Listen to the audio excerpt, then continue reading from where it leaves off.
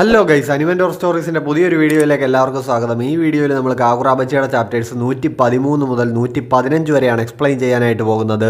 ചാപ്റ്റേഴ്സിലേക്ക് കടക്കുന്നതിന് മുമ്പ് നമുക്ക് കഴിഞ്ഞ വീഡിയോയ്ക്ക് സൂപ്പർ താങ്ക്സ് ചെയ്തവരൊന്ന് മെൻഷൻ ചെയ്യാം. നമ്മളുടെ ഒരു സബ്സ്ക്രൈബറായിട്ടുള്ള മുഹമ്മദ് ഫഹ്മി 100 രൂപ സൂപ്പർ താങ്ക്സ് ചെയ്തിട്ടുണ്ടായിരുന്നു. അതേപോലെ തന്നെ നമ്മളുടെ മറ്റൊരു സബ്സ്ക്രൈബറായിട്ടുള്ള അൻസിൽ 40 രൂപ സൂപ്പർ താങ്ക്സ് ചെയ്തിട്ടുണ്ടായിരുന്നു. ഈ തന്ന സപ്പോർട്ടിന് നിങ്ങൾ രണ്ടുപേർക്കും എൻ്റെ വലിയൊരു നന്ദി. ഇവരോടൊപ്പം തന്നെ കാക്കുറാബച്ചി videos like, comment, share, hype ഒക്കെ ചെയ്ത് സപ്പോർട്ട് ചെയ്ത് കട്ടയ്ക്ക് കൂടെ നിൽക്കുന്ന എൻ്റെ മറ്റെല്ലാ സബ്സ്ക്രൈബേഴ്സിനും ഒരു വലിയ നന്ദി. ഈ വീഡിയോ വരാൻ കുറച്ച് ലേറ്റ് ആയി എന്ന് എനിക്കറിയാം. ഇടയ്ക്കൊരു പനിയൊക്കെ പിടിച്ചു, അതുകൊണ്ട് പറ്റിയതാണ്. എന്തായാലും ഇനിയൊരു 3 വീഡിയോസും കൂടെ വന്നു കഴിഞ്ഞാൽ നമ്മൾ മാങ്കയ്ക്ക് ഒപ്പം എത്തുമെന്നാണ് എൻ്റെ പ്രതീക്ഷ. അപ്പോൾ നിങ്ങളുടെ ഈ സപ്പോർട്ട് ഇതുപോലെ തന്നെ ഒപ്പം ഉണ്ടാവണം. നമ്മുടെ ചാനൽ ഇതുവരെ സബ്സ്ക്രൈബ് ചെയ്തിട്ടില്ലാത്തവർ ഇപ്പം തന്നെ മറക്കാതെ ഒന്ന് സബ്സ്ക്രൈബ് ചെയ്ത് വെച്ചേക്ക്. സോ നമുക്കിനി ഒട്ടും തന്നെ സമയം കളയാതെ നേരെ ചാപ്റ്റേഴ്സിലേക്ക് കിടക്കാം. ഇപ്പോൾ ചാപ്റ്റർ ആരംഭിക്കുമ്പോൾ പറയുന്നത്, തെക്ക് കിഴക്കൻ ജപ്പാന് അടുത്തുള്ള കടൽ പ്രദേശത്ത് ഫെബ്രുവരി 18 ഒരു വലിയ ദ്വീപ് പ്രത്യക്ഷപ്പെട്ടു. ആ പുതിയതായി രൂപപ്പെട്ട ദ്വീപിനും അതേപോലെ തന്നെ ജപ്പാനിലെ ഹോൻഷു എന്ന് പറയുന്ന ദ്വീപിനും നടുക്കായിട്ടുള്ള ഒരു ദ്വീപാണ് ഇരിഷിമ. ജപ്പാനിലെ ചീബ എന്ന് പറയുന്ന ഒരു സിറ്റിയുടെ അധികാരപരിധിയിലുള്ള ദ്വീപാണ് ഇരിഷിമ. 34 മണിക്കൂർ മുൻപ് നടന്ന ഭീകരമായ ഒരു ഭൂമികുലുക്കത്തിന്റെ ഫലമായിട്ട് ഈ ഇരിഷിമ ദ്വീപില് ഒരു പുതിയ പ്രത്യേകതരം മിനറലിന്റെ സാന്നിധ്യം രൂപപ്പെട്ടു. ഈ രൂപപ്പെട്ട അയിര്, ഈ മിനറൽ സ്പിരിറ്റ് എനർജിയുമായിട്ട് ഭയങ്കരമായിട്ട് റിയാക്ട് ചെയ്യുന്ന ടൈപ്പാണ്. അതുകൊണ്ട് തന്നെ സ്പിരിറ്റ് എനർജിയുമായിട്ട് കോണ്ടാക്റ്റിൽ വരുമ്പോൾ ഇത് വലിയ എമൗണ്ട് ഓഫ് പവർ പ്രൊഡ്യൂസ് ചെയ്യും. അങ്ങനെ ഈ മിനറൽ വളരെ പെട്ടെന്ന് ജപ്പാനിലെ ആവശ്യക്കാരേറെയുള്ള പ്രധാനപ്പെട്ട ഒരു മിനറലായി മാറി. പിന്നെ നമ്മളെ കാണിക്കുന്നത് ഇതിന് 2 വർഷങ്ങൾക്ക് ശേഷം ടോക്കിയോ. അവിടെ ഒരു മീറ്റിംഗ് നടക്കുകയാണ്. 2 യാക്കൂസ മെമ്പേഴ്സിന് തലവഴി മാസ്ക് ഇട്ട ഒരു മന്ത്രവാദി ഈ ഡാറ്റൻസക്കി എന്ന് പറയുന്ന മിനറൽ കൊണ്ട് കാണിച്ചു കൊടുക്കുകയാണ്. ഇപ്പോൾ ഈ കല്ല് വളരെ ചെറുതാണല്ലോ എന്ന് യാക്കൂസ മെമ്പേഴ്സ് പറയുന്നുണ്ട്. ഒരു സിറ്റിയെ മുഴുവനായിട്ട് തകർക്കാൻ ഈ ഒരു ചെറിയ കല്ല് മതിയെന്ന് ആ മന്ത്രവാദി ഇവർക്ക് പറഞ്ഞു കൊടുക്കുന്നു. ഇതെങ്ങനെ പ്രോപ്പറായിട്ട് വീൽഡ് ചെയ്യണമെന്ന് പഠിച്ചു കഴിഞ്ഞാൽ പല കാര്യങ്ങളും ചെയ്യാൻ പറ്റും. പക്ഷെ ഗവൺമെന്റിന് പോലും ഇപ്പോഴും അതിനെപ്പറ്റി ഒരു ഐഡിയ കിട്ടിയിട്ടില്ല എന്ന് ഇയാൾ പറയുന്നു. ഇപ്പോൾ ഒരു യാക്കൂസ മെമ്പർ ചോദിക്കുന്നുണ്ട്, ഈ ഡാറ്റൻസക്കി റിട്രീവ് ചെയ്യുന്നതിനിടയിലാണോ തൻ്റെ ഈ ഒരു കൈ പോയത്? താൻ അത്യാവശ്യം നല്ല പവർഫുൾ ആയിട്ടുള്ളൊരു മന്ത്രവാദിയല്ലേ, പിന്നെ ഇതെങ്ങനെ സംഭവിച്ചു? ഇപ്പം ഇങ്ങേര് പറയുന്നുണ്ട്, അതെ, ഞാൻ അത്രയും റിസ്ക് എടുത്തിട്ടാണ് ഇതിവിടെ കൊണ്ടുവന്നത്. ഒരു 200 മില്യണും കൂടെ ഞാൻ കൂട്ടി ചോദിക്കേണ്ടതാണ്. ഗവൺമെന്റ് ഫോഴ്സുമായിട്ടാണോ ഫൈറ്റ് ഉണ്ടായതെന്ന് ഈ യാക്കൂസ മെമ്പർ ചോദിക്കുന്നു. ഇപ്പോൾ ഈ മന്ത്രവാദി പറയുന്നുണ്ട് അല്ല എന്ന്. ഇത് കേട്ട യാക്കൂസ മെമ്പർ ചോദിക്കുന്നു, പിന്നെ ആരാ? ആ ഐലൻഡിൽ ജനവാസം ഒന്നും ഇല്ലല്ലോ. ഇപ്പോൾ ഈ മന്ത്രവാദി പറയുന്നുണ്ട്, നിങ്ങൾക്ക് തെറ്റി, അവിടെ ആളുണ്ട്. ജനവാസമില്ല എന്ന് പറയുന്ന ആ ഐലൻഡിൽ നിന്ന് എന്താണ് ഇതുവരെയും ഗവൺമെന്റിന് ആ മിനറൽ പൂർണ്ണമായിട്ടും എക്സ്ട്രാക്ട് ചെയ്യാൻ കഴിയാത്തതെന്ന് ഇപ്പോൾ എനിക്കൊരു ഐഡിയ കിട്ടിയെന്ന് ഈ മന്ത്രവാദി പറയുന്നു. അവിടെ ഉണ്ടായിരുന്ന ആളുകളെ കാണാൻ മനുഷ്യരെ പോലെയാണ്, പക്ഷെ അവർ സാധാരണ മന്ത്രവാദികളെ പോലെയുള്ള ആൾക്കാരല്ല എന്ന് ഇയാൾ പറയുന്നു. അവർ അസാസിൻസ് ആണ്, കൊലയാളികൾ. ഷൊക്കോക്കുവിൽ നിന്ന് പറഞ്ഞു വിട്ട കൊലയാളികൾ. ഷൊക്കോക്കു? നീ പറയുന്നത് ഇരിഷിമ ദ്വീപിന്റെ അടുത്തായിട്ട് ഈ 2 വർഷം മുമ്പ് ഉയർന്നു വന്ന ആ വലിയ ദ്വീപിനെ പറ്റിയാണോ? അവിടെ നിന്ന് അയച്ച കൊലയാളികളോ? അതിനവിടെ താമസക്കാരുണ്ടോ? മ്യൂട്ടേഷൻ സംഭവിച്ച കടൽ ചെടികളുടെ ഒരു കൂട്ടമാണ് അതെന്നല്ലേ ഗവൺമെന്റ് പറഞ്ഞിരിക്കുന്നത്. ഇപ്പോൾ ഇത് കേട്ട് ആ മാസ്ക് വെച്ച മന്ത്രവാദി ഉറക്ക ചിരിക്കുന്നുണ്ട്. എന്നിട്ട് ഇയാൾ പറയുന്നുണ്ട്, അത് ഗവൺമെന്റിന്റെ ഒരു ഊഹം മാത്രമല്ലേ, ഇപ്പോഴും അവർക്ക് ആ ഐലൻഡിനെ പറ്റി കാര്യമായിട്ടുള്ള വിവരങ്ങളൊന്നും കിട്ടിയിട്ടില്ല, അതുകൊണ്ടാണ് അവർ അങ്ങനെ പറഞ്ഞത്. ഇപ്പോൾ നമ്മളെ ആ ഷൊക്കോക്കു ദ്വീപിന്റെ ഒരു വലിയ ചിത്രം കാണിക്കുന്നുണ്ട്. കുറേ മരങ്ങൾ ഇങ്ങനെ കൂടി പിണഞ്ഞു നിൽക്കുന്ന പോലത്തെ ഒരു സ്ട്രക്ചറാണ്. ഇപ്പോൾ അതിന്റെ തീരത്തായിട്ട് ഒരു ബോട്ട് നിർത്തിയിട്ടിട്ടുണ്ട്. ഇപ്പോൾ ആ ബോട്ടിലുള്ള ആൾക്കാർ തന്നെ പറയുന്നുണ്ട്, നമുക്ക് ഇവിടം വരെ എത്താൻ പറ്റൂ, ഇനി ഐലൻഡിന് അകത്തേക്ക് പ്രവേശിക്കാൻ പറ്റില്ല എന്ന്. കാര്യം ആ മരക്കൂട്ടങ്ങളുടെ ഒരു വലിയ ബാരിയർ ഉണ്ട്, അതൊരു കാര്യം. രണ്ടാമത് ഒരു വലിയ ഫോഴ്സ് ഫീൽഡ് അതിന് ചുറ്റുമുണ്ട്. അത് കടന്ന് ആർക്കും അകത്തേക്ക് കയറാൻ പറ്റില്ല. ആ ഐലൻഡ് രൂപപ്പെട്ടിട്ട് 2 വർഷമായെങ്കിലും അതിനുള്ളിൽ എന്താണെന്ന് ഇതുവരെയും ആർക്കും കൃത്യമായിട്ടുള്ള ഒരു ഐഡിയ ഇല്ല എന്നും ഈ മന്ത്രവാദി പറയുന്നു. പിന്നെ ആ പരിസരത്ത് അന്വേഷണത്തിനായിട്ട് ഇട്ടിരുന്ന കുറച്ച് മറീൻസ് അവിടെ മനുഷ്യരെ സ്പോട്ട് ചെയ്തിരുന്നു. അവർ തന്നെയാണ് ഇപ്പോൾ എന്നെ അറ്റാക്ക് ചെയ്ത അസാസിൻസ് എന്ന് ഈ മന്ത്രവാദി പറയുന്നുണ്ട്. കടലിൽ നിന്ന് പെട്ടെന്നൊരു ദിവസം പൊങ്ങി വന്ന ഒരു ഐലൻഡിൽ മനുഷ്യവാസം ഉണ്ടെന്നോ? എന്തൊക്കെയാ ഈ പറയുന്നതെന്ന് ഒരു യാക്കൂസ മെമ്പർ ചോദിക്കുന്നു. അതേപോലെ തന്നെ ഈ ഷൊക്കോക്കുവിനെ വെറും ഒരു ഐലൻഡ് എന്നല്ല, ഒരു രാജ്യം എന്ന് തന്നെയാണ് ഈ ഗവൺമെന്റ് പറഞ്ഞിരിക്കുന്നത്. അതെന്തുകൊണ്ടാണെന്ന് ഈ യാക്കൂസ മെമ്പർ ചോദിക്കുന്നുണ്ട്.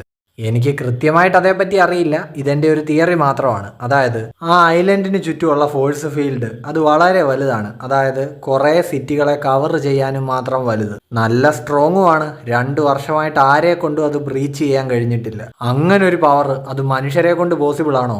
ഒന്നെങ്കിൽ അവർക്ക് നമ്മൾ ചിന്തിക്കുന്നതിനേക്കാൾ മുകളിൽ പവർ ഉണ്ട്, അല്ലെങ്കിൽ അത് ഈ മിനറലിന്റെ പവറാണ്. ചിലപ്പോൾ അവരുടെ പക്കലും ഈ ഡാറ്റൻസൊക്കെ ഉണ്ടാകാം. ഇതെങ്ങനെ പ്രവർത്തിപ്പിക്കണമെന്നറിയാവുന്ന ഒരു അഡ്വാൻസ്ഡ് ആയിട്ടുള്ള സമൂഹമായിരിക്കും അവിടെ ജീവിക്കുന്നത്. ഇതാണ് എൻ്റെ തിയറി എന്ന് പറഞ്ഞ് ആ മന്ത്രവാദി നിർത്തുന്നു. ഈ യാക്കൂസ മെമ്പർ ഇപ്പോൾ ചോദിക്കുന്നുണ്ട്, അപ്പോൾ അവിടെ ജനങ്ങളുണ്ടെന്നാണ് നിങ്ങൾ പറയുന്നത്. ഇനി അങ്ങനെ ആണെങ്കിൽ തന്നെ അവരെന്തിനാണ് ഈ കൊലയാളികളെ അയക്കുന്നത്? മറ്റേ മന്ത്രവാദി ഇപ്പോൾ പറയുന്നുണ്ട്, ആർക്കറിയാം, ജപ്പാന്റെ കയ്യിൽ ഇത്രയും പവർഫുൾ ആയിട്ടുള്ള ഒരു മിനറൽ കിട്ടരുത് എന്നുള്ള ഒരു ലക്ഷ്യം കൊണ്ടായിരിക്കാം. അങ്ങനെയാണെങ്കിൽ ഇവരിങ്ങനെ ഒളിഞ്ഞിരുന്ന് ഫൈറ്റ് ചെയ്യുന്നത് എന്താ എന്നാ യാക്കൂസ മെമ്പർ ചോദിക്കുന്നു.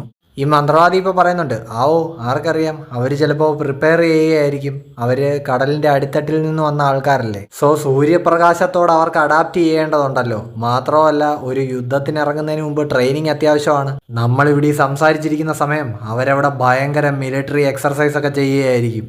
ഇപ്പൊ ഇവന്റെ ഈ തിയറി ആ ഒരു യാക്കൂസ മെമ്പറിന് തീരെ പിടിച്ചിട്ടില്ല. അയാൾ ചോദിക്കുന്നുണ്ട്, എക്സർസൈസോ? ഉടനെ ഇവൻ പറയുന്നു, അതെ, യുദ്ധത്തിനായിട്ടുള്ള തയ്യാറെടുപ്പ്. ഇതും പറഞ്ഞിട്ട് അവൻ സിഗരറ്റിലെ ആഷ് ആ ട്രെയിലേക്ക് ഇങ്ങനെ തട്ടുമ്പോൾ തൊട്ടിപ്പുറത്തായിട്ട് ഇപ്പോൾ വേറൊരുത്തനും പെട്ടെന്ന് വന്ന് സിഗരറ്റ് കൊണ്ട് തട്ടുന്നു. ഇപ്പൊ അത് ആരാണെന്ന് നോക്കിയാൽ നമ്മുടെ ഷിബയാണ്. പുള്ളി ഈ മീറ്റിങ്ങിനിടയിലേക്ക് ടെലിപ്പോർട്ടായി വന്നിരിക്കുകയാണ്. എന്നിട്ട് ഇവനോട് ചോദിക്കുന്നുണ്ട്, നിന്റെ കൊണയടി കഴിഞ്ഞോടെ? ആരാടാ നീ? ആ യാക്കൂസ മെമ്പർ ആണെങ്കിൽ ഇപ്പോൾ സെക്യൂരിറ്റിയെ വിളിക്കുന്നുണ്ട്. 3-4 പേരിപ്പോൾ വാള് കൊണ്ടുവന്ന് ഷിബയുടെ കഴുത്തിന് വെച്ചിട്ട് ഡോണ്ട് മൂവ് എന്നും പറഞ്ഞുകൊണ്ട് നിൽക്കുന്നുണ്ട്. ഷിബ ഇപ്പം നിമിഷ നേരം കൊണ്ട് അവന്മാരെ കൊണ്ട് ടെലിപ്പോർട്ടായി അവിടുന്ന് പോയിട്ട് അവന്മാരെ പുറത്ത് ആകാശത്ത് എത്തിച്ചിട്ട് അവിടുന്ന് താഴേക്ക് വിടുന്നുണ്ട്. ഷിബ എന്നിട്ട് ഇപ്പോൾ പഴയ സ്ഥാനത്തേക്ക് തന്നെ തിരിച്ച് ടെലിപ്പോർട്ടായി വന്നിട്ട് പറയുന്നുണ്ട്, സോറി, നിങ്ങൾ ഡോണ്ട് മൂവ് എന്ന് പറഞ്ഞെങ്കിലും ഞാൻ ചെറുതായിട്ടൊന്ന് മൂവ് ചെയ്തു. ആ ഏറിപ്പോയവന്മാരെല്ലാം ഇപ്പോൾ താഴെ വന്ന് വീഴുന്നുണ്ട്.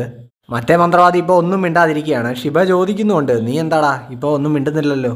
അവനിപ്പോൾ പറയുന്നുണ്ട്, നിന്നെ എനിക്കറിയാം, നീ ടോഗോ ഷിബയല്ലേ, നിന്നെ എനിക്ക് തോൽപ്പിക്കാൻ പറ്റില്ല. സോഗ ക്ലാനിന്റെ ഗാർഡിയനായ ടോഗോ ഷിബ. എടാ നാറി, നിനക്കൊക്കെ ഒരു മന്ത്രവാദിയാണെന്ന് പറയാൻ ലജ്ജയില്ലേ? ഗവൺമെന്റിന്റെ വാലാട്ടിപ്പട്ടിയായിട്ട് നടക്കുന്ന ഒരുത്തൻ. സോ ഗൈസ്, അപ്പോൾ ഈ മന്ത്രവാദി പറഞ്ഞതനുസരിച്ച് നമ്മുടെ അക്കേമുറ സോഗയുടെ ക്ലാൻ, സോഗ ക്ലാനിന്റെ ഗാർഡിയനായിരുന്നു ഷിബ. ഇപ്പൊ ഇവന്റെ ഈ കുണച്ച സംസാരം കേട്ടിട്ട് ആ കയ്യിലിരുന്ന സിഗരറ്റ് വെച്ചിട്ട് ഇവനെ പൊള്ളിക്കുന്നുണ്ട് ഷിബ. ഇവനിപ്പോ വേദന കൊണ്ട് അലറിക്കൊണ്ടിരിക്കുമ്പോഴാണ് അങ്ങോട്ടേക്ക് മാഷിറോ വരുന്നത്. മാഷിറോ ഷിബയുടെ അസിസ്റ്റന്റ് ആണ്. മാഷിറോ, നീ ലേറ്റ് ആയി കേട്ടോ എന്നൊക്കെ ഷിബ പറയുന്നുണ്ട്. ഇപ്പൊ മാഷിറോ പറയുന്നുണ്ട്, ഇവനെ ഇങ്ങനെ ചവിട്ടുകയും വേദനിപ്പിക്കുകയും ഒന്നും ചെയ്യരുത്, നമുക്ക് ഇവനെ ചോദ്യം ചെയ്യാനുള്ളതാണ്. ഷിബ ഇപ്പൊ പറയുന്നുണ്ട്, ഈ മന്ത്രവാദി ഇവൻ കറക്റ്റ് ട്രാക്കിലാണ് പൊക്കോണ്ടിരിക്കുന്നത്. ഷൊക്കക്കുമായിട്ട് ഭാവിയിൽ ഒരു യുദ്ധം ഉണ്ടാവുമെന്നൊക്കെ ഇവൻ പ്രഡിക്റ്റ് ചെയ്ത് കഴിഞ്ഞു. എന്നിട്ട് ഷിബ ഇപ്പോൾ പറയുന്നുണ്ട്, ഈ 2 വർഷമായിട്ടും ഷൊക്കക്കുയിലുള്ളവരെ ഡയറക്റ്റായിട്ടൊരു യുദ്ധത്തിന് മുതിർന്നിട്ടില്ല. ഇരിഷിമ ഐലൻഡിൽ നിന്നും ഈ ഡാറ്റൻസക്കി എക്സ്ട്രാക്ട് ചെയ്യുന്ന ശ്രമങ്ങളാണ് അവർ തടയുന്നത്. ഇപ്പോൾ അവർ ഇത്രേ ചെയ്യുന്നുള്ളൂ എന്ന് വെച്ച് നാളെ അവരൊരു യുദ്ധത്തിന് മുതിർന്നുകൂടായികയില്ല. സോ അങ്ങനെ ഒരു കാര്യം നടക്കാതെ തടയുക എന്നുള്ളതാണ് നമ്മുടെ ഡ്യൂട്ടി എന്ന് ഷിബ പറയുന്നു. ഇപ്പോൾ ആ മന്ത്രവാദിയുടെ കയ്യിൽ നിന്നെടുത്ത ആ ഡാറ്റൻസക്കിയുടെ ചെറിയ കഷ്ണം നോക്കിയിട്ട് ഷിബ പറയുന്നുണ്ട്, ഷൊക്കക്കു ഐലൻഡും ഈ ഡാറ്റൻസക്കിയും ഒരേ സമയത്താണ് പ്രത്യക്ഷപ്പെട്ടത്. ഇത് രണ്ടും തമ്മിൽ എന്തോ ഒരു കണക്ഷൻ ഉണ്ട്. ഈ ഡാറ്റൻസക്കിയെ പറ്റി ഡീപ്പായിട്ട് പഠിച്ചാലേ നമുക്കതേപ്പറ്റി മനസ്സിലാക്കാൻ പറ്റൂ. ഷിബ ഇപ്പോൾ കമുനാബിയിലെ വിളിച്ചിട്ട് ഇവിടുത്തെ മിഷൻ സക്സസ് ആയി എന്ന് പറയുന്നുണ്ട്. അതേപോലെ തന്നെ മറ്റേ കാര്യം എന്തായി എന്ന് ഷിബ ചോദിക്കുന്നുണ്ട്. ഇപ്പോൾ സംഭവം എന്താണെന്ന് വെച്ച് കഴിഞ്ഞാൽ, റോക്കുഹിര ഷിബയുടെ ഫ്രണ്ട് ആണല്ലോ. അപ്പോൾ അവനെ ഈ ഡാറ്റൻസൊക്കെ ഏൽപ്പിച്ചാൽ അവൻ ഇതിരുന്ന് ഒരു ബെറ്റർ ഔട്ട്പുട്ട് കൊണ്ടുവരുമെന്നാണ് ഷിബ പറയുന്നത്. പക്ഷെ കമുനാബിയിൽ ആർക്കും ഇതിന് ഇൻട്രസ്റ്റ് ഇല്ല. അവർ പറയുന്നത് അവൻ വെറും ഒരു തുക്കട സോഡ് സ്മിത്ത് അല്ലേ. ഡാറ്റൻസക്കി എന്ന് പറയുന്നത് ഈ രാജ്യത്തിന് തന്നെ വേണ്ടപ്പെട്ട ഒരു റിസോഴ്സ് ആണ്. അപ്പോൾ അത്രയ്ക്ക് ക്രിട്ടിക്കൽ ആയിട്ടുള്ള ഒരു കാര്യം ഇങ്ങനെ ഒരുത്തനെ എങ്ങനെ ഏൽപ്പിക്കാനാണ്? സോ രാജ്യത്തെ വേറെ പ്രഗത്ഭരായിട്ടുള്ള സോഡ് സ്മിത്തിനെ കൺസൾട്ട് ചെയ്യണമെന്നാണ് കമുനാബിയുടെ അഭിപ്രായം. പക്ഷേ ഷിബ ഇപ്പോൾ വീണ്ടും പറയുന്നുണ്ട്, ഇവൻ നിങ്ങൾ ഉദ്ദേശിക്കുന്ന പോലത്തെ ഒരാളല്ല, ഇവന് നല്ല സ്കില്ലുണ്ട്. ഗവൺമെന്റ് 2 കൊല്ലമായിട്ട് ഈ ഡാറ്റൻസൊക്കെ വെച്ചിട്ട് പലവിധ റിസർച്ച് നടത്തുന്നു, എന്നിട്ട് എന്ത് ഫലം ഉണ്ടായി? സോ ഇവനൊരവസരം കൊടുത്തു നോക്ക്, ഫലം കിട്ടും എന്നൊക്കെ ഷിബ പറയുന്നുണ്ട്. പക്ഷെ ഇതൊക്കെ പറഞ്ഞിട്ടും കമുനാബി ടീംസ് ഒന്നും അമ്പിനും വില്ലിനും അടുക്കുന്നില്ല. ഇപ്പോൾ ഷിബയ്ക്ക് പെട്ടെന്ന് എന്തോ ഒരു ഐഡിയ തോന്നുന്നുണ്ട്. അവനിപ്പോൾ പെട്ടെന്ന് ഫോണിൽ പറയുന്നുണ്ട്, ആ ശരി, എനിക്കെല്ലാം മനസ്സിലായി, എനിക്ക് ഒരു ചെറിയ വർക്ക് കൂടെ ഉണ്ട്, അതുകൂടെ തീർത്തിട്ട് ഞാൻ അങ്ങോട്ടേക്ക് വന്നേക്കാം. ഇപ്പോൾ ഇത്രയും പറഞ്ഞിട്ട് ഷിബ ആ കോള് കട്ട് ചെയ്യുന്നുണ്ട്. ഇപ്പോൾ അടുത്ത് നിൽക്കുന്ന മാഷിറോ ചോദിക്കുന്നുണ്ട്, അല്ല ഇപ്പോൾ ഒരു ചെറിയ വർക്ക് കൂടി തീർക്കാനുണ്ടെന്ന് പറഞ്ഞല്ലോ, എങ്ങോട്ട് പോകാനാ പ്ലാൻ? ഷിബ ഇപ്പോൾ ഒരു ഉടായിപ്പ് രീതിയിൽ എക്സ്പ്രഷൻ ഇടുന്നുണ്ട്. എന്നിട്ട് പറയുന്നുണ്ട്, ഞാൻ ഈ ഡാറ്റൻസക്കി കമുനാബി അറിയാതെ അവനെ ഒന്നുകൊണ്ട് കാണിക്കാൻ പോവാ. സോ ഇനി നമ്മളെ കാണിക്കുന്നത് റോക്കുഹിരയുടെ ആ ആലയാണ്. യങ്ങായിട്ടുള്ള റോക്കുഹിര അവിടെ ഇരുന്നിട്ട് ഒരു വാൾ ഇങ്ങനെ പണിഞ്ഞുകൊണ്ടിരിക്കുകയാണ്. അങ്ങനെ സെയ്റ്റൈ യുദ്ധത്തിന്റെ ആർക്ക്, സെയ്റ്റൈ വാർ ആർക്ക് ഇവിടെ ആരംഭിക്കുന്നു. നെക്സ്റ്റ് ചാപ്റ്റർ, അതായത് ചാപ്റ്റർ 114ന്റെ പേര് തന്നെ കുനിഷികെ റോക്കുഹിര എന്നാണ്. ഇപ്പോൾ നമ്മളെ ടോക്കിയോയിൽ സ്ഥിതി ചെയ്യുന്ന ഗവൺമെന്റിന്റെ ആ ലാബ് കാണിക്കുന്നുണ്ട്. ഡാറ്റൻസക്കിയിൽ പരീക്ഷണം നടത്താൻ വേണ്ടിയിട്ട് ഗവൺമെന്റ് സെറ്റ് ചെയ്തിരിക്കുന്ന ലാബ്, ഗവൺമെന്റിന്റെ ഒരു ടോപ്പ് സീക്രട്ട് പ്രോജക്റ്റ്. ഇനി നമ്മളെ മാഷിറോയെ ഷിബയുള്ള ലൊക്കേഷൻ കാണിക്കുന്നു. ഷിബ ഇപ്പോൾ ഫുഡ് കഴിച്ചുകൊണ്ടിരിക്കുകയാണ്. മാഷിറോ ഇപ്പോൾ ഷിബയുടെ അടുത്ത് പറയുന്നുണ്ട്, അതായത് ഗവൺമെന്റിന്റെ റിസർച്ച് ശരിക്കും നടക്കുന്നില്ല എന്നും വെച്ച് ഒന്നും നോക്കാതെ ഈ ഡാറ്റൻസെക്ക് പോലെ ഒരു മിനറല് നിങ്ങൾ നിങ്ങളുടെ ഫ്രണ്ടിന്റെ കയ്യിൽ ഏൽപ്പിക്കാൻ പോവാണോ? നിങ്ങൾ എന്ത് തരം ഗവൺമെന്റ് എംപ്ലോയി ആണ്? അതേപോലെ കുനിഷിക റോക്കുഹിര എന്ന് പറയുന്ന ഒരു സോൾഡ് സ്മിത്തിനെ പറ്റി ഞാൻ കേട്ടിട്ട് കൂടിയില്ല എന്നും അവൻ പറയുന്നു. സോ ഇവർ രണ്ടുപേരും ഇപ്പോൾ കാടിനുള്ളിലുള്ള റോക്കുഹിരയുടെ വീട്ടിലേക്ക് നടന്നുകൊണ്ടിരിക്കുകയാണ്. ഇപ്പോൾ മാഷിറോയുടെ കയ്യിലൊരു വാളുണ്ട്. അവന് 18 വയസ്സായപ്പോൾ ഷിബ അവന് ഗിഫ്റ്റ് കൊടുത്തതാണത്. ആ വാള് ഫോർജ് ചെയ്ത് റോക്കുഹിരയാണെന്ന് ഇപ്പോൾ മാഷിറോ എടുത്ത് ഷിബ പറയുന്നുണ്ട്. എന്നിട്ട് വാൾ എങ്ങനെയുണ്ട് എന്ന് ഷിബ ഇപ്പോൾ ചോദിക്കുമ്പോൾ മാഷിറോ പറയുന്നുണ്ട്, കിടിലൻ വാള് തന്നെയാണ്. ഷിബ ഇപ്പോൾ മാഷിറോയോട് പറയുന്നുണ്ട്, അതായത് 12ാമത്തെ വയസ്സിൽ തന്നെ ഈ സോഡ് ഫോർജ് ചെയ്യുന്നത് പഠിക്കാനായിട്ട് അപ്രന്റീസ് ആയിട്ട് പോയ ആളാണ് റോക്കുഹിര. റോക്കുഹിരയ്ക്ക് അവിടെ കിട്ടിയിരുന്നത് നല്ല ബ്രൂട്ടൽ ആയിട്ടുള്ള ട്രെയിനിങ് ആയിരുന്നു. അതുകൊണ്ട് തന്നെ ഇടയ്ക്ക് ആ ക്ലാസ് ഒക്കെ സ്കിപ്പ് ചെയ്തിട്ട് ഇവൻ വരുമായിരുന്നു, ഇവന് മടുത്തു എന്ന് പറഞ്ഞിട്ട്. ചില സമയത്ത് ചോരയെ കുളിച്ചിട്ടൊക്കെ ആയിരിക്കും റോക്കുഹിര വരുന്നത്. എങ്ങനെ വന്നാലും ഷിബയുടെ റിയാക്ഷൻ എപ്പോഴും സെയിം ആണ്, ഒരു സ്ഥായി ഭാവം. സോ ഇപ്പോൾ ശിവ മാഷിറോയോട് പറയുന്നുണ്ട്, അവനങ്ങനെ ഒരുപാട് വാളുകളൊന്നും ഉണ്ടാക്കി വിൽക്കാറില്ല, അതുകൊണ്ട് തന്നെ അവനെപ്പറ്റി അധികം പേര് കേട്ടിട്ടുമില്ല. പക്ഷേ അവൻ ആള് കിടിലമാണ്. മാഷിറോ ഇപ്പോൾ പറയുന്നുണ്ട്, നിങ്ങൾ ഒരുമിച്ച് കളിച്ചു വളർന്ന സുഹൃത്തുക്കളാണെന്നല്ലേ പറഞ്ഞത്, അപ്പോൾ അയാൾക്കും ഒരു പിരി ലൂസ് ആയിരിക്കും അല്ലേ? അതെന്താടാ അങ്ങനെ ഒരു ടോക്ക് എന്നിപ്പോൾ ശിവ ചോദിക്കുന്നുണ്ട്. അങ്ങനെ അവർ ചെന്ന് റോക്കുഹിരയുടെ കഥവിന് മുട്ടുന്നു. ഇപ്പോൾ ശിവ പറയുന്നുണ്ട്, അവൻ്റെ കയ്യിലൊരു ചില്ലി പൈസ ഇല്ല, അവനിപ്പോൾ പട്ടിണി കിടന്ന് ചത്തോന്ന് ആർക്കറിയാം. ഇപ്പോൾ കഥവൊന്നും തുറക്കുന്നില്ല, പക്ഷെ കഥവ് ലോക്ക് ചെയ്തിട്ടില്ല. അവർ തെള്ളി തുറന്ന് അകത്തേക്ക് കയറുന്നുണ്ട്. ആ മുറിയെല്ലാം അലങ്കോലമായി കിടക്കുകയാണ്, എല്ലാം വാരി വലിച്ച് അവിടെ ഇവിടെയൊക്കെ ഇട്ടേക്കുന്നു. ഫ്രിഡ്ജിനകത്തൊന്നും കഴിക്കാൻ ഒരു പുല്ലുമില്ല. ഇപ്പോൾ ശിവ പറയുന്നുണ്ട്, ഇവൻ ഒരു മാറ്റവും ഇല്ലല്ലോ. ഇപ്പോൾ റോക്കുഹിര പുള്ളി വാള് ഫോർജ് ചെയ്യുന്ന സ്ഥലത്ത് ഇങ്ങനെ വീണ് കിടക്കുന്നത് മാഷിറോ കാണുന്നുണ്ട്. ദേ നിങ്ങൾ പറഞ്ഞ പോലെ ഇയാൾ ശരിക്കും ചത്തു എന്നാ തോന്നുന്നത് കേട്ടോ എന്ന് അവൻ വിളിച്ചു പറയുന്നു. എന്താ ഇവിടെ ബഹളം, ആരാ നീ എന്ന് ചോദിച്ചുകൊണ്ട് ഇപ്പോൾ റോക്കുഹിര കണ്ണു തുറന്ന് ഇങ്ങനെ മാഷിറോയെ നോക്കുന്നുണ്ട്. ഇപ്പോൾ വിശപ്പ് കൊണ്ട് മയങ്ങി വീണതാണെന്ന് ഷിബ എടുത്ത് റോക്കുഹിര പറയുന്നുണ്ട്. എന്നിട്ട് പുള്ളി ആ ഫ്ലോറിൽ ഇങ്ങനെ ചില്ല് ചെയ്ത് കിടന്ന് ഇവരോട് സംസാരിക്കുകയാണ്. ഇപ്പോൾ മാഷിറോയ്ക്ക് ഇതൊക്കെ കണ്ടിട്ട് അത്ഭുതമാണ്. ഷിബ ഇപ്പോൾ ഫുഡ് കഴിച്ചിട്ടാണല്ലോ ഇങ്ങോട്ടേക്ക് വന്നത്. അപ്പോൾ ആ ഫുഡിന്റെ മണം കിട്ടിയിട്ട് റോക്കുഹിര ചാടി ഷിബ എടുത്തേക്ക് എന്നിട്ട് പറയുന്നുണ്ട്, എടാ എനിക്കിവിടെ കഴിക്കാൻ താ. ഷിബ ഇപ്പോൾ പറയുന്നുണ്ട്, എടാ ഞാനത് ഓൾറെഡി കഴിച്ചു, പക്ഷെ ഞാൻ നിനക്ക് വേറെ ഫുഡ് മേടിച്ചു തരാം. ആദ്യം നീ ഞാൻ ഈ പറയാൻ വന്ന കാര്യം ഒന്ന് കേൾക്കണം. റോക്കുഹിരയാണെങ്കിൽ ഇപ്പോൾ ഒരു പട്ടി ഇങ്ങനെ മുരളുന്ന പോലെ നിന്ന് മുരളുകയാണ്. മാഷിറോയും ചിന്തിക്കുന്നുണ്ട്, ഇങ്ങനെ കടിക്കൂ. അങ്ങനെ ഷിബ ഇപ്പോൾ ഡാറ്റൻസെക്ക് റോക്കുഹിരയുടെ കയ്യിലേക്ക് കൊടുത്തിട്ട് ചോദിക്കുകയാണ്, ഈ കല്ലിനെ പറ്റി നിനക്ക് എന്താ തോന്നുന്നേ? അത് കൊടുക്കരുത്, അത് ജപ്പാന്റെ പ്രധാനപ്പെട്ട റിസോഴ്സ് ആണെന്നൊക്കെ പറഞ്ഞ് മാഷിറോ അലറുന്നുണ്ട്. റോക്കുഹിര ഇപ്പോൾ ഉടൻ തന്നെ ആ കൈ കിട്ടിയ കുപ്പി എറിഞ്ഞ് താഴെ പൊട്ടിക്കുന്നു. പക്ഷേ അതിലുള്ള കല്ല് പൊടിഞ്ഞൊന്നും പോയില്ല. ഇപ്പോൾ റോക്കുഹിര പറയുന്നുണ്ട്, അപ്പോൾ ഈ കല്ലിന് നല്ല കട്ടിയുണ്ട്.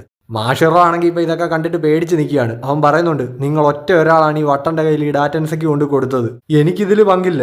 ഷിബയാണെങ്കിൽ ഒരു കുലുക്കോ ഇല്ലാതെ ചില്ലായിട്ട് അവിടെ നിൽക്കുന്നു. ഈ കല്ല് ഇതെന്താ ഇത് എന്ന് ചോദിച്ചുകൊണ്ട് റോക്കുഹിര അതിങ്ങനെ കയ്യിലെടുത്ത് പിടിക്കുന്നുണ്ട്.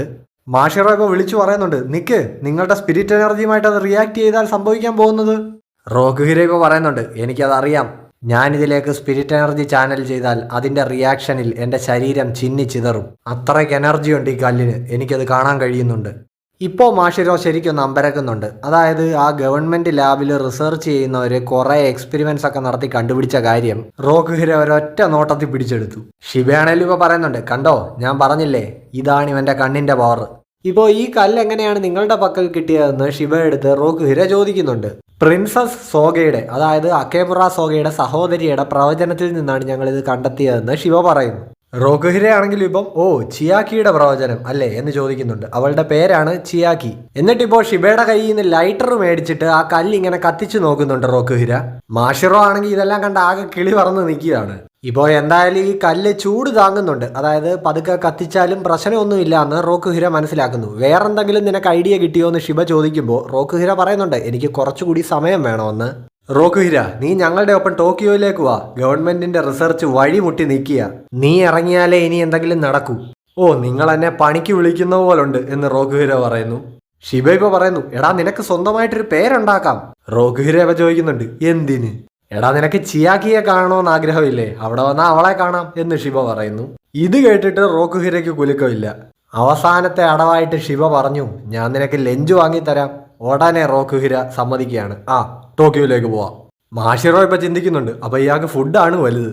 എന്നിട്ട് അവൻ ഷിബയോട് ചോദിക്കുന്നുണ്ട്, ഇങ്ങനെ അപ്പോ നമ്മൾ കൂടെ കൂട്ടുകയാണോ? ഷിബ ഇപ്പൊ ചോദിക്കുന്നുണ്ട്, എടാ അവന്റെ കണ്ണിന്റെ പവർ നീയും കണ്ടതല്ലേ? മാഷിറോ ഇപ്പൊ പറയുന്നുണ്ട്, അതൊക്കെ കൊള്ളാം, പക്ഷെ ഇയാൾക്ക് ഗവൺമെന്റ് ക്ലിയറൻസ് കിട്ടുമോ? മാത്രമല്ല ഇയാൾക്ക് ആകെ ഒരു കാടൻ സ്വഭാവമാണ്. റോക്കുഹിരയാണെങ്കിൽ ഇപ്പോൾ ഫുഡ് കഴിക്കാനുള്ള ആ ഒരു കൊതിയിൽ വായിന്ന് വെള്ളം ഒലിപ്പിച്ച് വാ നമുക്ക് പോവാമെന്നും പറഞ്ഞ് അവിടെ നിൽക്കുകയാണ്. ഇവൻ അവിടെ ഒരു പൊളി പൊളിക്കും എന്ന് ഷിബ പറയുന്നു. ഇപ്പോൾ മാഷിറോ ആണെങ്കിൽ എന്താവോ എന്തോ എന്നിങ്ങനെ ചിന്തിച്ച് നിൽക്കുകയാണ്.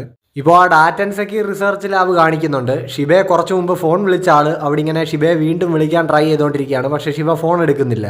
ഷിബ മണ്ടത്തരമൊന്നും കാണിക്കാതിരുന്നാൽ മതിയായിരുന്നു എന്നൊക്കെ അയാൾ ഇങ്ങനെ ചിന്തിക്കുമ്പോഴാണ് അങ്ങോട്ടേക്ക് ഒരാൾ വരുന്നത്.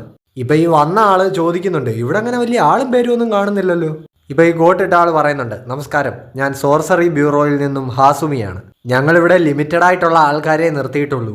അതായത് ഈ റിസർച്ചിൽ ഉൾപ്പെട്ടിട്ടുള്ള സയന്റിസ്റ്റുകളും പിന്നെ കുറച്ച് ഗവൺമെന്റ് ഒഫീഷ്യൽസും. ഈ ലാബ് ഒരു ഫോഴ്സ് ഫീൽഡ് കൊണ്ട് സംരക്ഷിച്ചിരിക്കുക. അതുകൊണ്ട് തന്നെ സെക്യൂരിറ്റിക്ക് കുറച്ച് മന്ത്രവാദികളെ ഇട്ടിട്ടുള്ളൂ.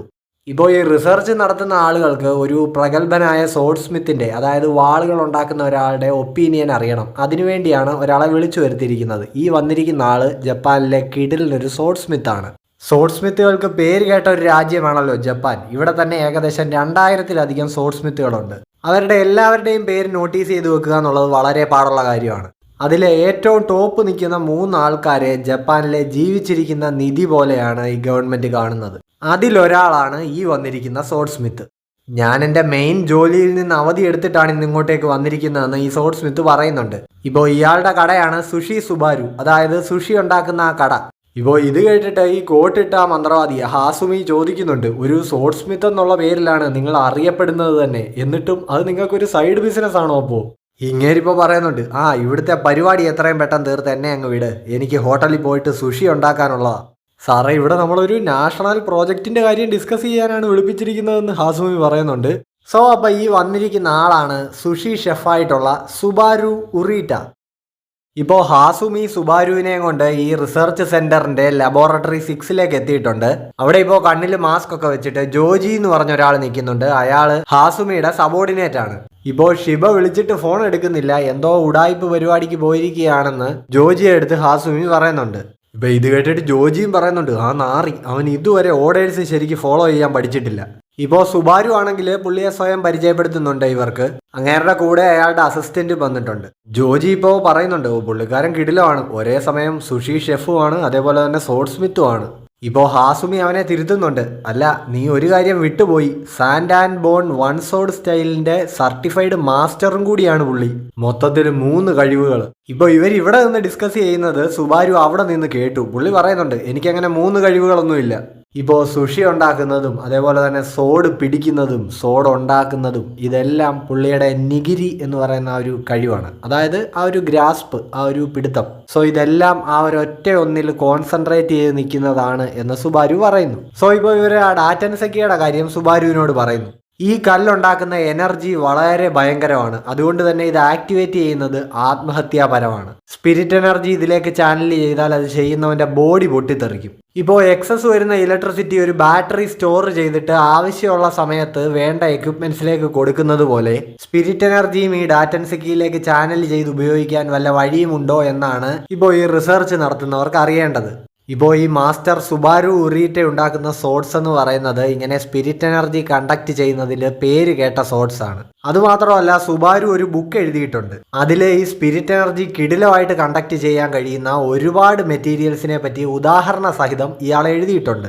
ഇപ്പോൾ ആ ബുക്കിൽ പറഞ്ഞേക്കുന്ന മെറ്റീരിയൽസ് എല്ലാം ഉപയോഗിച്ച് ഈ സ്പിരിറ്റ് എനർജി ഡൈവേർട്ട് ചെയ്ത് വിട്ട് ഈ ഡാറ്റൻസൊക്കെ ഉപയോഗിക്കാൻ പറ്റുമോ എന്ന് ഈ റിസർച്ച് ചെയ്യുന്നവർ പരീക്ഷിച്ച് നോക്കി. ബട്ട് ഒന്നും വിജയം കണ്ടില്ല. സോ ഇവർ സുബാരുവിനെ തന്നെ ഇങ്ങോട്ടേക്ക് വിളിച്ചു വരുത്തിയതാണ് ഈ കാര്യത്തിൽ ഇവർക്കൊരു ഗൈഡൻസ് കൊടുക്കാൻ വേണ്ടിയിട്ട്. സുബാരു ഇപ്പോൾ പറയുന്നുണ്ട്, ആ ബുക്ക് മൊത്തം അരിച്ചു പറക്കി നോക്കിയാൽ നിങ്ങൾക്കൊരു പുല്ലും കിട്ടാൻ പോകുന്നില്ല, അതിലെഴുതിയിരിക്കുന്നത് മുഴുവൻ പൊട്ടത്തരമാണ്. ഒരു മെറ്റീരിയൽസിനും സ്പിരിറ്റ് എനർജി അങ്ങനെ കണ്ടക്ട് ചെയ്യാൻ പറ്റില്ല, ഞാനതൊക്കെ ചുമ്മാ തള്ളിയതാ. അതെന്തിനാണെന്ന് ഇവർ ചോദിക്കുമ്പോൾ സുബാരു പറയുന്നുണ്ട്, എൻ്റെ ട്രേഡ് സീക്രട്ട് പുറത്താവാതിരിക്കാൻ. അതിനുവേണ്ടിയാണ് ഞാൻ ഇങ്ങനെ കൺഫ്യൂഷൻ ഉണ്ടാക്കി വിട്ടത്. ഒരാളിപ്പോൾ ചോദിക്കുന്നുണ്ട്, അല്ല അപ്പോൾ ആ എഴുതി വെച്ചതൊക്കെ കള്ളമാണെങ്കിൽ നിങ്ങൾ ഉണ്ടാക്കുന്ന സോഡ്സ് എങ്ങനെയാണ് സ്പിരിറ്റ് എനർജി കണ്ടക്ട് ചെയ്യുന്നത്? അതിൻ്റെ സീക്രട്ട് സിമ്പിളാണ്, അത് ഞാൻ ഉണ്ടാക്കിയ വാളായതുകൊണ്ട്. സുബാരു ഇപ്പോൾ പെട്ടെന്ന് ഒരു പെൻസിൽ എടുത്ത് ജോജിയുടെ നേർക്ക് എറിയുന്നുണ്ട്. ജോജി ആണെങ്കിൽ ഇപ്പോൾ നിമിഷ നേരം കൊണ്ട് ആ പെൻസിൽ വെട്ടി മുറിച്ച് കളയുന്നുണ്ട്. ഇത് കണ്ട സുബാരു ഇപ്പോൾ പറയുന്നുണ്ട്, കൊള്ളാം, നീ ഒരു നല്ല സോഡ് ഫൈറ്ററാണ്, ഇങ്ങോട്ട് കയറി വാ. ഇപ്പോൾ അവൻ്റെ കയ്യിലിരിക്കുന്ന ആ സോഡും കൊള്ളാമല്ലോ എന്ന് സുബാരു പറയുന്നുണ്ട്. ഇപ്പോൾ ജോജി പറയുന്നുണ്ട്, അത് സോഡ് സ്മിത്ത് ആയിട്ടുള്ള കസാഫുനെ ഉണ്ടാക്കിയ കിടലിനൊരു സോഡാണ്. ഇപ്പം അതെ, നീ ഞാൻ ഉണ്ടാക്കിയ ഈ സോഡൊന്ന് പിടിച്ചു നോക്കിക്കേ, നിനക്ക് ആ വ്യത്യാസം മനസ്സിലാവും എന്ന് സുബാരു പറയുന്നു. സുബാരുവിന്റെ ലേറ്റസ്റ്റ് വർക്ക് അത് അയാളുടെ മുന്നിലുള്ള പെട്ടിയിലുണ്ട്. സാദാ സ്റ്റീലും അതേപോലെ തന്നെ ആക്രി ഇരുമ്പും ചേർത്തുണ്ടാക്കിയ ഒരു കറ്റാന. ജോജി ഇപ്പോൾ ആ കറ്റാന ഷീറ്റിൽ നിന്ന് ഇങ്ങനെ പുറത്തേക്ക് എടുക്കാൻ തുടങ്ങുന്നുണ്ട്. ഇപ്പോൾ റിസർച്ചേഴ്സിൽ ഒരാൾ ഇങ്ങനെ ചിന്തിക്കുന്നുണ്ട്, അപ്പോൾ മെറ്റീരിയൽ അല്ല, ഈ ടെക്നിക്കിലാണ് കാര്യം. ശരിക്കും അങ്ങനെ ഈ സ്പിരിറ്റ് എനർജി കണ്ടക്ട് ചെയ്യുന്ന രീതിയിൽ സോഡ് ഉണ്ടാക്കുക എന്നൊക്കെ പറയുന്നത് പോസിബിൾ ആണോ? എനിക്കെന്തോ തോന്നുന്നില്ല എന്നൊക്കെ അയാൾ ഇങ്ങനെ ചിന്തിച്ചിരിക്കുന്നു. ഇപ്പോൾ ജോജി ആ വാള് ഉറയിൽ നിന്ന് പുറത്തേക്ക് എടുക്കുന്നു.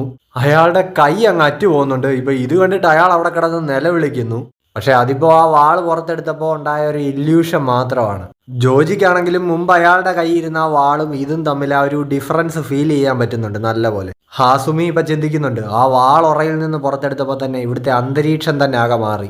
ഈ വാള് വെച്ച് ഫൈറ്റ് ചെയ്തൊന്നും പരിചയമില്ലാത്ത ഈ റിസർച്ചേഴ്സിന് ആ സിറ്റുവേഷൻ നല്ലപോലെ പാനിക് ഉണ്ടാക്കി കാണണം എന്നും ഹാസുമി ചിന്തിക്കുന്നു. അതാണ് പെട്ടെന്ന് അങ്ങനെ ഒരു ഇല്യൂഷനൊക്കെ അയാൾക്ക് തോന്നിയത്. എന്നാലും എങ്ങനെയാണ് ഇങ്ങനെയുള്ള കറ്റാന ഫോർജ് ചെയ്യുന്നതെന്ന് ജോജി ചോദിക്കുന്നു. സുബാരു ഇപ്പോൾ അതൊരു ഉദാഹരണ സഹിതം എക്സ്പ്ലെയിൻ ചെയ്തു കൊടുക്കുന്നുണ്ട്. അതായത് ഇടിമിന്നൽ അടിക്കുമ്പോൾ ഇങ്ങനെ വെയിൻസ് പോലെ സെപ്പറേറ്റ് ആയി പോകുന്നത് കാണാമല്ലോ. ആ എനർജി പല റൂട്ടിലേക്ക് അങ്ങനെ ഡിസ്ട്രിബ്യൂട്ട് ആയി പോവാണ്. അതേ രീതി തന്നെയാണ് സ്പിരിറ്റ് എനർജിയുടെ കാര്യത്തിലും. വാളുണ്ടാക്കിയിരിക്കുന്ന മെറ്റീരിയലിന്റെ ആ കാർബൺ കണ്ടന്റിന്റെ ഡിസ്റ്റർബൻസും അതേപോലെ തന്നെ സ്ട്രക്ചറൽ വേരിയേഷൻസും ഒക്കെ കാരണം ഇതുപോലത്തെ വെയിൻസ് വാളുകളിലും നാച്ചുറലി ഉണ്ടാകും.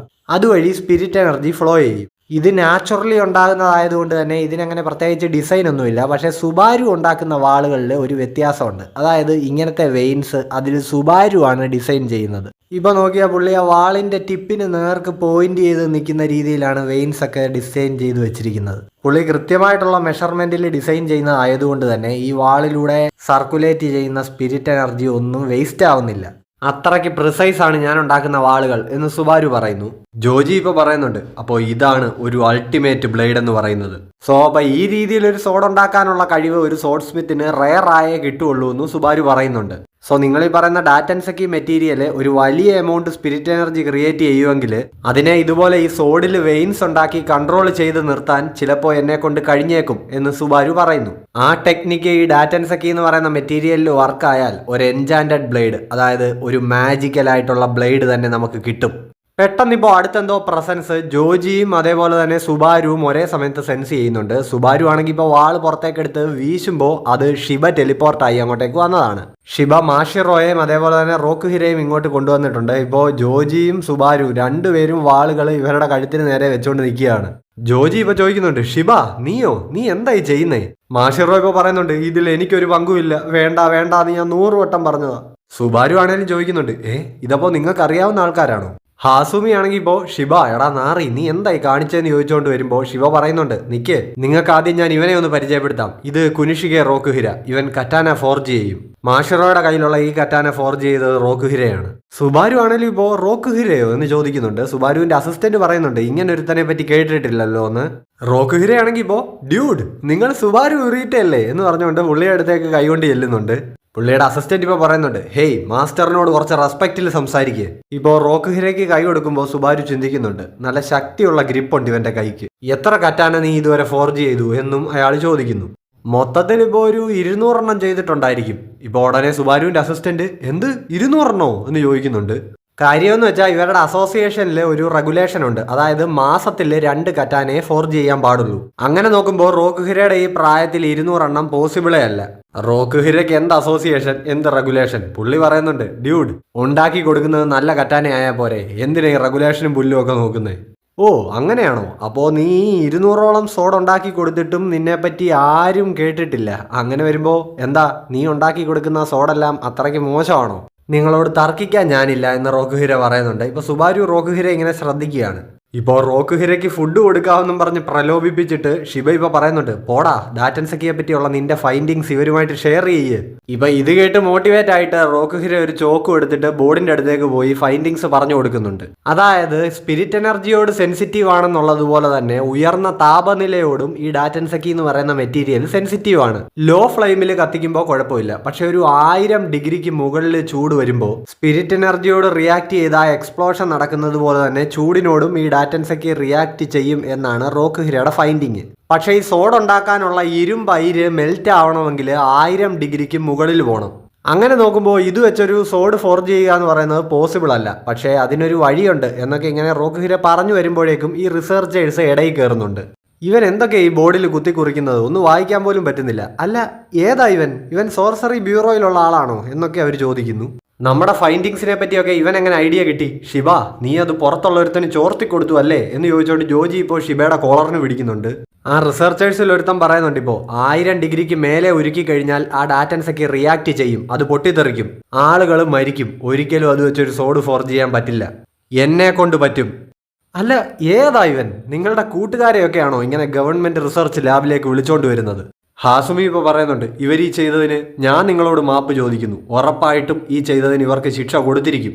ശിക്ഷയോ എന്നിപ്പോൾ റോക്ക് ഹിര ചോദിക്കുന്നുണ്ട്. ഇപ്പോൾ ഷിബയെ റോക്ക് ഹിരയും ഇവരൊരു സെല്ലിൽ അടച്ചിരിക്കുകയാണ്. പുറത്തിറങ്ങിയിട്ട് ഹാസുമി പറയുന്നുണ്ട്, ഷിബ ഇതിനെപ്പറ്റി നമുക്ക് കുറച്ച് കഴിഞ്ഞ് ഡീറ്റെയിൽ ആയിട്ടൊന്ന് ഡിസ്കസ് ചെയ്യണം. ആ റിസർച്ചേഴ്സിന്റെ മുന്നിൽ വെച്ച് ഇവരെ വഴക്ക് പറഞ്ഞെങ്കിലും ഹാസുമിക്ക് റോക്ക് ഹിരയിൽ ഇപ്പോൾ ചെറിയൊരു വിശ്വാസം വന്നിട്ടുണ്ട്. കാര്യം പുള്ളി ചിന്തിക്കുന്നുണ്ട്, ഇവിടെ റോക്ക് ഹിര ഡിസ്ക്രൈബ് ചെയ്ത ആ കാര്യങ്ങൾ അതൊന്നും ഇവര് ഷിബയോട് പറഞ്ഞിട്ടില്ല, മാഷിറോയോടും പറഞ്ഞിട്ടില്ല. ആ ഡാറ്റൻസൊക്കെയും കൊണ്ട് വേറൊരു വഴിക്ക് പോവാണെന്നും പറഞ്ഞ് ഷിബ ഇവനെ കാണാൻ പോയിട്ട് ഇപ്പോൾ 12 മണിക്കൂർ താഴെയാവുന്നുള്ളൂ. സോ ഇത്രയും ചെറിയ സമയം കൊണ്ട് റോക്ക് ഹിര ഇതെല്ലാം എങ്ങനെ മനസ്സിലാക്കി? അവന്റെ കണ്ണുകൾ അത്രയും ഷാർപ്പാണെന്ന് ഷിബ ഇടയ്ക്കിടയ്ക്ക് പറയുമായിരുന്നല്ലോ. സോ ആ ഡാറ്റൻസൊക്കെ കണ്ടാണോ അവൻ അതിന്റെ ഇത്രയും പ്രോപ്പർട്ടീസ് മനസ്സിലാക്കിയത്? ഇപ്പോൾ സുബാരു അങ്ങോട്ടേക്ക് ഹേ എന്ന് വിളിച്ചോണ്ട് വന്നിട്ട് മാഷിറോയുടെ ആ പുറത്തിരിക്കുന്ന വാള് ഷീറ്റിൽ നിന്ന് പുറത്തെടുക്കുന്നുണ്ട്. ഈ വാൾ അവൻ ഉണ്ടാക്കിയതാണെന്നല്ലേ പറഞ്ഞത്? എന്നിട്ട് എന്താ അവൻ ആരാലും ശ്രദ്ധിക്കപ്പെടാതെ പോയത്?